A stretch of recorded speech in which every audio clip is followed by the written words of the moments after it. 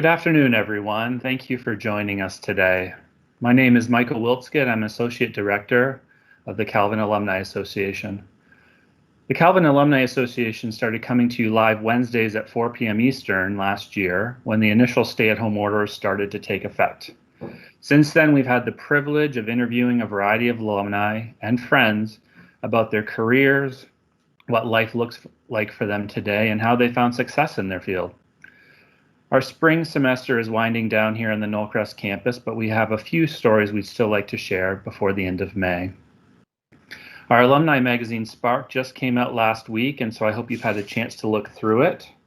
It's a great issue here. We're also excited that our next book in our alumni book club is Professor Gary Schmidt's new book, Just Like That. Hope you have a chance to check that out as well and join our book club. If there's someone you think should be featured in one of these interviews, please go ahead and leave a comment with their name below. We hear wonderful stories of Calvin alumni every day, but we still miss a few, so we'd love it for you to share those with us. But now today to our guest. Today it is my privilege to introduce Jon Terry. Jon is a 1993 grad who is currently serving as the director of the Asaba Institute in Mansalona, Michigan. Welcome, Jon. Thank you so much for joining us today. Thanks for having me. Thanks for showing an interest in me and my work. Yeah. Well, so some of us on campus have heard about the Asaba Institute, but not everyone has. Would you please tell us a little bit about the Asaba Institute? How long has it been in existence? What do you do? And how do you see your role in the community? Yeah, so I am here in northern Michigan. I'm just outside Mansalona in the middle of the woods. At our Great Lakes campus. We also have a campus out at off Seattle, the Pacific Rim campus, but this is our main Great Lakes campus. We were founded in the 1960s. There was a professor from Taylor University, Harold Snyder. He was a biology professor, and he bought the land here and started running summer camp for boys. And the counselors he would get for the camp were his biology students from Taylor. And he quickly realized that the college students were getting as much out of it or more than the little kids. So that quickly morphed into a field station for students from Taylor. Then he partnered up with a guy named Bert Freusland, who's a Calvin alum. Maybe he's watching now. He went to Calvin, and he's one of our founding trustees along with Harold, and together they built this place. Our mission is to inspire and educate people to serve, protect, and restore God's earth. And those three words, serve, protect, and restore, the serve and protect, we take from Genesis 2:15, when Adam and Eve are in the garden and God says, serve and protect it. So that's what serve and protect comes from. And then restore comes from the numerous instances in the New Testament that talks about the restoration of the world and the renewal of all things. And we just think that's a great image for us, that God promises to renew all things, not just religious things or human things, but all things. And we think that includes the created world. Our main programming, how we fulfill that mission, is our two main programs. One's community and one's college. So the community is really how we impact and serve the people of northern Michigan, particularly young people. From September until May, we have environmental education programs here. We call it field school, where students either come to us and spend the day, getting their feet wet, hands-on, outdoor field learning about water and wetlands and ecosystems. And we also partner with community groups doing habitat restoration projects. We just launched a cool new program with the National Wildlife Federation called Sacred Grounds, which is specific to houses of worship, where we go out and partner with houses of worship to install pollinator habitats at their house of worship. So that's the community side. And then the college side, which connects most directly with Calvin, is that in the summer, we are a science field station for 50 different Christian colleges throughout the US and Canada. So Calvin is one of our great partners with this. It's how I first got to know Asaba. and college students will come to our campus here in Michigan, or our campus where we run programs on Whidbey Island off Seattle. If you're interested in marine, you go out there. We don't have a lot of salt water in Michigan. And then we also run a course in Costa Rica, specifically on agriculture and missions. So if you're interested in missions work, we think you should also know how to do sustainable agriculture. So that's kind of in a nutshell our college program, and combined with our community work, it's how we fulfill our mission. Have you seen an interest or an increase in a desire for the community, especially because with schools being back in session this past year, there was a lot of conversations about being outside and space. And so how did that impact you this year? Yeah, so it just looks different. So before there would be, a busload of kids that would show up here, and we'd have 60 kids running around campus. And when a lot of the schools got closed up here, those trips ended. So what we're having now is a lot of us going out and doing a lot of, last year we did these habitat restoration projects.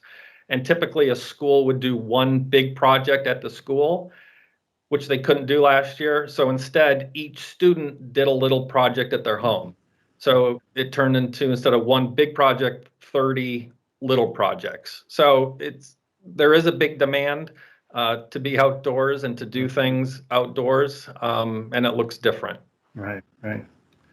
It's nice to see that impact being spread around too, right? To have, one big project is exciting, but little projects all over really make a big impact too. That's really great. Yeah, and it's cool for the kids to do it in their own yard. Yeah. So they've got now these little pollinator habitats in their backyard or their front yard, that they've been able to keep working on. A lot of these students are fifth graders, so they do the project at their elementary school, but then they go on to middle school, and so they don't get to see kind of the the results of the work they've done. So it was a different way to do it. It was a lot more work doing like visiting all the different sites, but it was a cool way to respond and to meet the need. That's great. Good. How did you mentioned that you connected with Asaba when you were a student. How did you end up working there, and what attracted you to work there? Yeah, you showed the spark. I have a little show and tell as well. I brought this is the chimes from February 15th, 1991. It's a good vintage copy there. Yeah, it's a little, so here's the cover. It was Homecoming. I don't know if you can see that. Yeah. But I was a sophomore at Calvin. I was pre-med at the time and kind of getting my butt kicked by organic chemistry. And I took a January interim up here, took winter biology. And I took a walk one night out. We've got a beaver pond, and it was a cold January night, and God spoke to me, which doesn't happen a lot this clearly. Usually it's kind of a still small voice, but this was clearly, he said, drop organic chemistry, which was awesome. Right. That's exactly what I wanted to hear. Yeah. Mm-hmm. And when I ended the walk, I wasn't pre-med anymore. And for whatever reason, it took being away from campus to the stillness and quiet of a winter Michigan night to kind of change my direction in life, and to pursue different things. So anyhow, this article, when I got back from Asaba, I wrote this. It's called Asaba Inspires Awe for God's Creation. And this was the article I wrote. And there's actually a photo. I don't know if you can see that. Yeah, we can see it. Yeah. That's Mark Jackson, who I think you guys interviewed. He's like a hotshot Hollywood star now. We had him on Facebook Live in the fall. That's true. Yeah. Yeah. So I came here with him, and that's the photo. Nobody knew him then, and now look at him. Yeah. Anyhow, that's what happens when you come to Asaba. All your dreams come true. Things. Yeah. Well, how did you end up working there? Like, did you go there right from college, or did you take a different route? No. So it's been a long journey. You told me you'd be asking about how I ended up here, and after my whole life, I was kind of reflecting on it, and it's just been a series of me going places thinking I'm going to do one thing and ending up kind of altering course and really finding the reason I'm at that place is to do something else. And I've learned through it two big lessons. One is just God is much more creative than I am. Like I'll go somewhere thinking, I know why I'm here. And that's not why. And to see God's plan in that. And then just the unexpected grace that has come throughout my life. And as I pursued, different things that I thought were aligned with where I should be headed, and having them not work out and going through periods of disappointment, but then seeing, how it does fit into kind of, I think, where I'm supposed to be. So quickly to answer that question, that's kind of the big picture of how I wanted to frame it. But after Calvin, I went out to Washington, D.C. I thought I was going to go to law school. I ended up getting into law school, but then kind of quitting / being thrown out of law school. Worked for a member of Congress for about 6 years, kind of got involved in the DC government relations and advocacy scene for about 20 years. Married my wife, Kristen, who I met at philosophy class, Professor Clark at philosophy right there at Calvin. So thank you, Professor Clark and Calvin for that. Raised our boys out in DC, and kind of lived, it was a good life there, but really busy life and full life. And about 5 years ago, just felt it was time. Our oldest son graduated from high school out in DC, and my wife, we just felt it was time to get back to Michigan. I grew up in Charlevoix, in northern Michigan. And so we moved back here about 5 years ago. Asaba really wasn't on my radar. And at the time, my plan was to kind of live in northern Michigan, but keep I had like clients, like I did advocacy for nonprofit groups. And my plan was to have, keep some clients and kind of go back and forth between Michigan and DC. And that wasn't great. That was just hard. And I felt like I was kind of spread thin.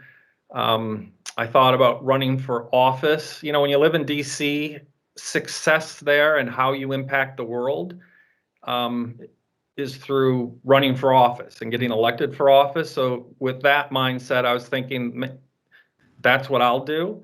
And I'll start by running for county commissioner in northern Michigan. So I moved back, immediately ran for county commissioner, and just got clobbered in my first election by a elderly woman, very nice, and was just kind of devastated for a while, because my plan was, I've got this figured out.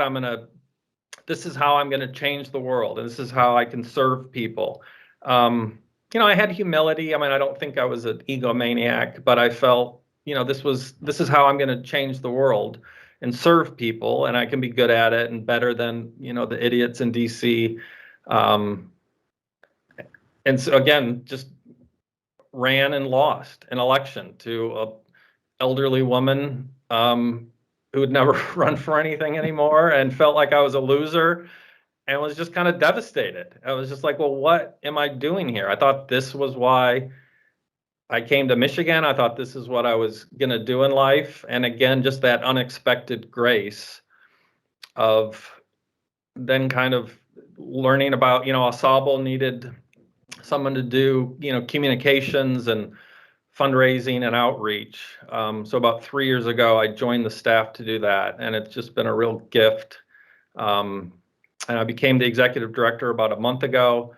And I'm thrilled to be here. I love the work. And it was not, God is more creative than I am. When I moved here 5 years ago, it was not, it wasn't on my radar. Right. And to be here and to be happy and to use my skills and to serve students and to give them the same opportunity I had when I was a college student to come here. I I tell them when, the college students, I was like, look, if you're in organic chemistry, the one thing, and if it's hard, the one thing I tell you is go walk around Beaver Pond and just listen. I can't promise what's going to happen, but it changed my life and it might change yours. That could be a good tagline for one of your marketing brochures, right? Might bring in a few students that way. I was a biology major at Calvin, but I'm not like a scientist. And most people here are scientists. I just love being outdoors and I love the natural world. I love hiking. So this is a place for scientists as well. It's high level college field-based rigorous courses.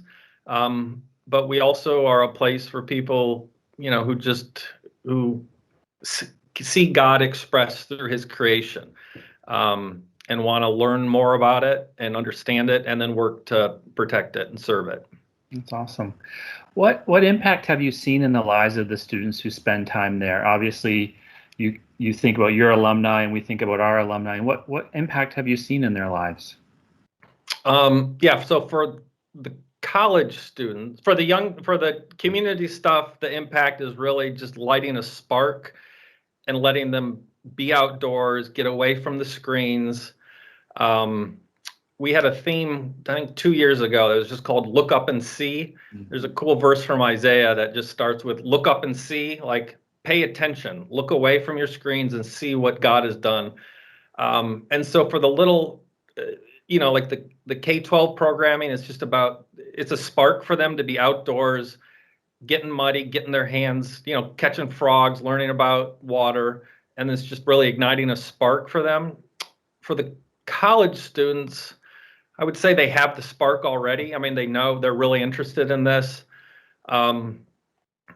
We have I consider three distinctives for our college programs. One is the field-based, hands-on learning. If you take a course here in the summer, a minimum of 50% of the course has to be outside. So don't come here to sit in a classroom. Right. And some professors, actually Dave Dornbos, who's a professor at Calvin, he comes up and teaches our field biology in spring. I don't know if they're ever in a classroom.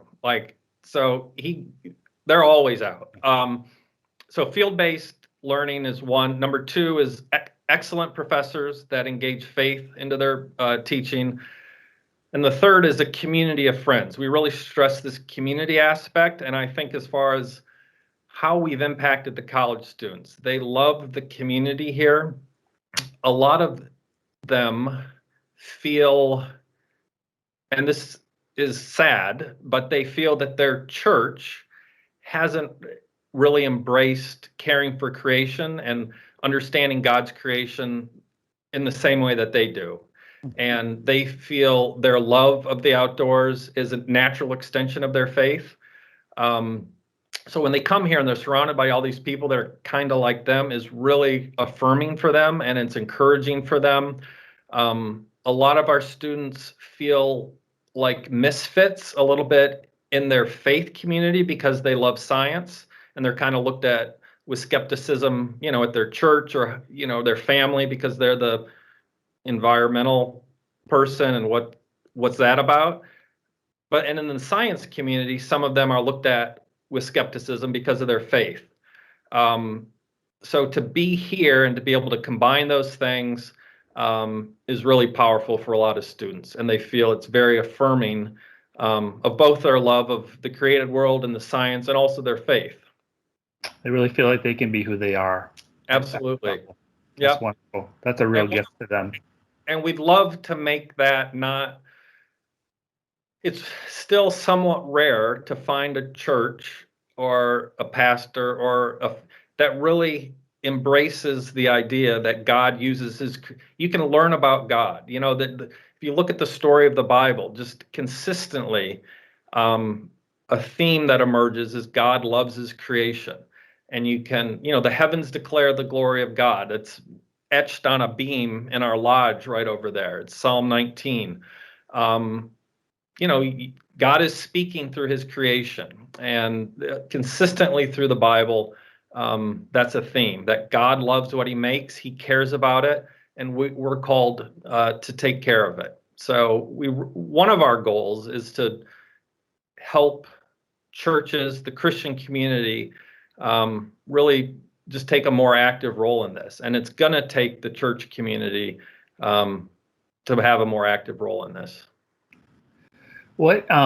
Congratulations on your appointment. That's really exciting to see that journey continue. Yeah. What is your vision for Asaba in the next 5 to 10 years?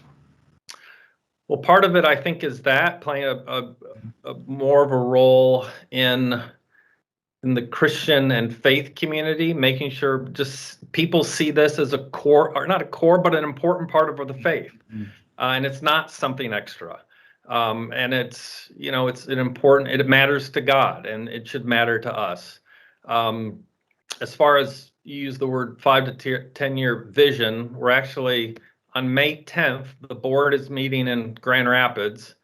We're working on a 5-year vision strategic plan. So I'm not trying to avoid the question. No, that's okay. That's okay. But part of that is what we're going to be working on and kind of setting the next 5 to 10 years. And I just, I want us to be relevant to Northern Michigan. I want us to play a role in loving our place, loving our community.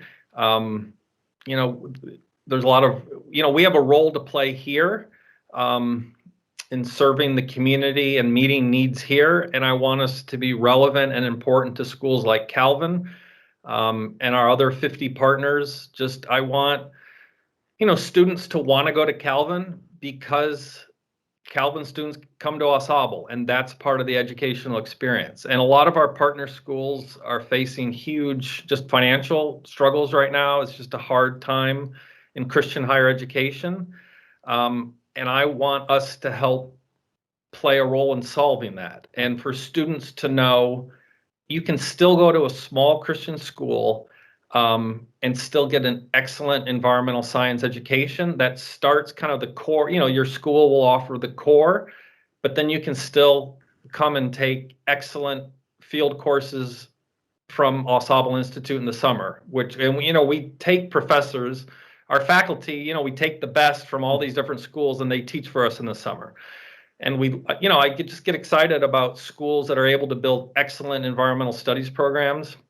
One quick example, I think Malone University, it's in Ohio. If you go to Malone, you can minor in marine studies.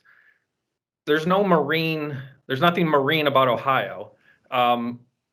But so if you then you go out to our Pacific Rim campus and take marine biology, marine mammals, marine biology. One of those professors is from Westmont. Beth Horvath, she teaches at Westmont, but she goes up and teaches our marine course. And our other professor is from, I think, Arkansas, from John Brown. And they're experts in their field, marine biology and marine mammals. So you can go to a small Christian school in Ohio and get a minor in marine studies, which I think is pretty cool. That's wonderful. That's a real great opportunity for lots of students, right, who don't want to travel far, but they can still get a world-class education. That's wonderful. Two final questions.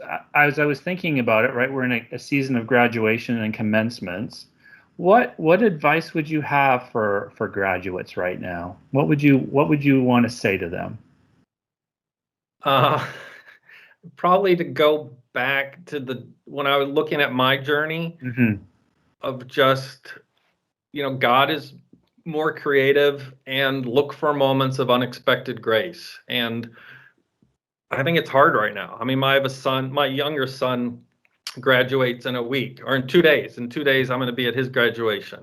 And it's been a hard year, particularly for college students. Yes. I mean, it's been hard for a lot of people, but, it's a very, scary. It's just been a hard year, a lot of pain, a lot of missed things that didn't happen, sickness. So I don't know how, I love talking to students who are concerned about their futures because I can tell them how clueless I was, and just your willingness to keep moving forward. I guess a lot of that fits into my narrative about God being more creative and unexpected grace is a lot of, in my life, what I wanted was to know what the next 6 steps were going to be, or 7 steps, or 8 steps. And for me, it's never been like that. And, God has revealed what the one step is, and you take one step. And so just, I don't know, just provide some sort of assurances that you don't, it's okay not to know what the plan is and to take one step at a time. And it's really rare. I always get scared when someone's got everything figured out. I mean, because that is not how my life has worked. And when someone's got a plan the next 5 or 10 years, I mean, great, bless you. Go pursue pursue that. But for me, it's always been one step at a time, and that's okay. That's great feedback. A good reminder that there's a lot of things we have to do in faith. Just one moving forward, and that's wonderful. Thank you. So our last question that we like to ask our guests is always a kind of a fun one. We're kind of curious how your work embodies some part of Calvin's mission to equip students to think deeply, act justly, and live wholeheartedly as Christ's agents of renewal in this world. And how do you feel like your work, I know we've talked a little bit about it, but how do you think your work kind of plays right into that? Yeah, I looked at the mission statement before that. And first of all, that's a great mission statement. Whoever came up with that, it's beautiful and it's rich, and it hits on a lot of, really, neat and concepts. So one, that's a great mission statement. The part that really stuck out to me was Christ agents of renewal. And the idea of renewal, I talked about this earlier, is a really powerful theme of how we are agents of renewal. We like the word restoration here, which is similar to renewal, because restoration is both an ecological term, but it's also a spiritual term. And again, when Christ talks about the restoration of all things, or the renewal of all things, we see our work here. We could almost use, maybe I'll steal it. We're agents of renewal or agents of restoration. And that can be looking at through a microscope at invertebrates from, a stream you just sampled, and we feel, the earth is going to be restored with all things, and we have a role to play in that restoration. And what does that look like for us? And, it could literally mean a restoration of a degraded habitat. At Calvin, Dave Warners runs the Plaster Creek Stewards. I mean, that is agents of renewal. Everything they're doing in Plaster Creek Stewards, those are agents of renewal. And it's just a beautiful vision, of what that can look like and how that plays out on the ground. That's wonderful. Thank you so much for that. So I'm just really thankful for this time together today, Jon, and the conversation we've had. It's been a real pleasure hearing your story and learning a little bit more about the great work that's happened at Asaba, and the great story that you have as well too. I hope you guys can have a really great summer there in Asaba. Thank you. Thanks for having me. I appreciate your time and the work that you do there. Thank you. We'll be back in a few weeks with another interview, but in the meantime, don't forget to check out the Spark magazine and browse our social media pages to see some of the fun things that are happening on campus. We recently hosted the Cold Night Splash, which is a variation of the Cold Night Plunge, and those pictures will bring a smile to your face seeing the students go down the inflatable shark slide. Remember, if there's anything our staff can do to support you or help you, please don't hesitate to reach out to us. We'd love to hear from you. You can reach us at alumni@calvin.edu. Thanks again for joining us, and we'll see you soon for another Facebook Live.